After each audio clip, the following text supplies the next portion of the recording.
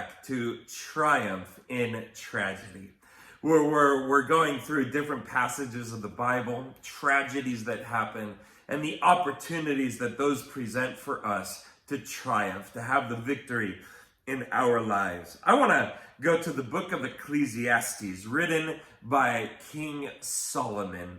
And in chapter 7, he gives some incredible wisdom in verses 1 to 4. And I want you to pay close attention to this. It's some interesting words. He says, "A good reputation is more valuable than costly perfume." Very true. "And the day you die is better than the day you are born."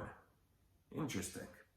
"Better to spend your time at funerals than at parties." Even more interesting. "After all, everyone dies, so the living should take this to heart.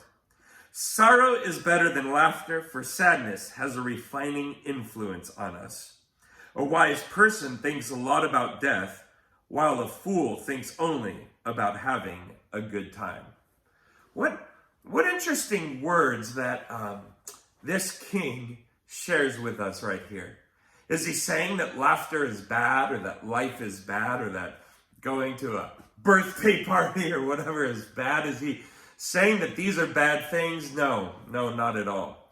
And when he uses the word better, which is in verse 3, sorrow is better than laughter, we can think through how he's using that word better. And he actually makes it clear right in the second part of that verse. He says, "For sadness has a refining influence on us." Or in other words, sorrow is better in its usefulness for our lives, what it accomplishes for us. Laughter is great. We've heard the phrase, laughter is the best medicine, and it is good to laugh. God does not call us to live as sorrow-filled people. He has called us to live as joy-filled people, joyful people. But what Solomon is getting at here is so interesting, because he's making it clear that tragedies, disasters, things that produce sorrow, sadness in our lives are actually great opportunities for us to learn from, to grow from. In fact, I can't say I like what he says, but actually I do. It's true what he says in verse 1. "The day you die is better than the day you are born." You know that the day we die is just a transition into our eternal home with God and all the joy and the perfection we will have with him. In fact, Paul the apostle talked about wanting to die, to go home, to be with Jesus. And Solomon gets it here. He gets that there is something even better than life itself, and that is God, right? That there's something even better than just kind of wasting our lives away and just parties and one good time to the next good time. Because so often what happens is we live our lives without purpose.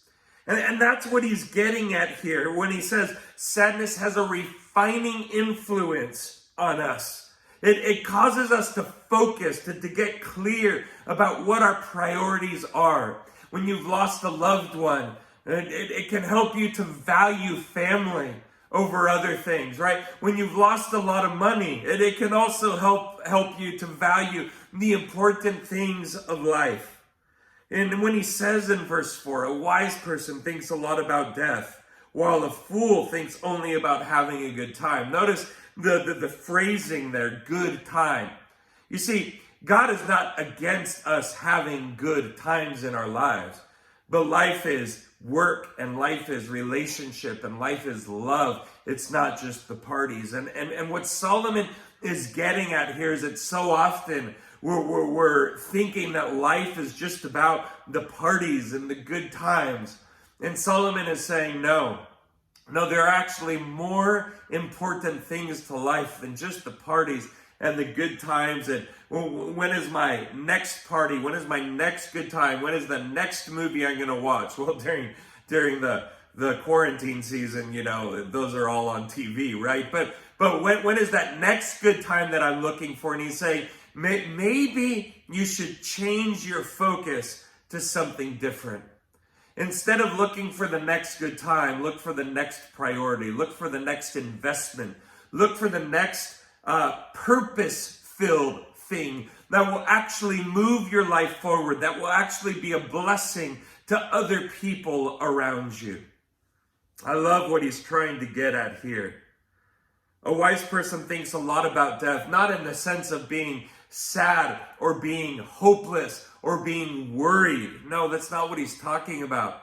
You know what? I remember when I was younger in school, we would sometimes have teachers, or this happened in church too, leaders that would tell us to write the phrase that we would want on our tombstone. What an important moment that was. I don't even remember what I said, and I don't know what I would put right now. But it was an important activity because the thinking about death and how we wanted to be remembered at the end of our lives would help us to prioritize who we choose to be starting right now. Because to get that phrase spoken about us at the end requires us to live that way right now. Thinking about death, sorrow due to difficulties and tragedies in our lives, being at funerals rather than parties. All of these types of things have a way of focusing our lives on that which is important. So today, let me just encourage you with this. The tragedies of your life that produce sorrow, the tragedies of your life that cause you to think about death, those tragedies in your life are great opportunities.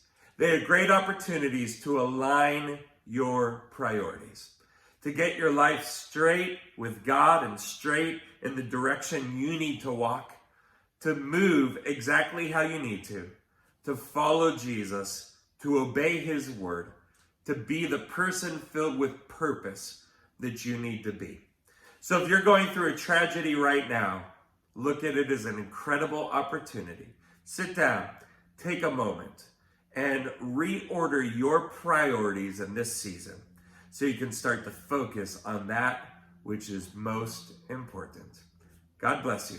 May he give you his wisdom in the midst of all your tragedies and your sorrow and moments of death that are around you, so you may walk on the faith-filled and the life-filled path of Jesus.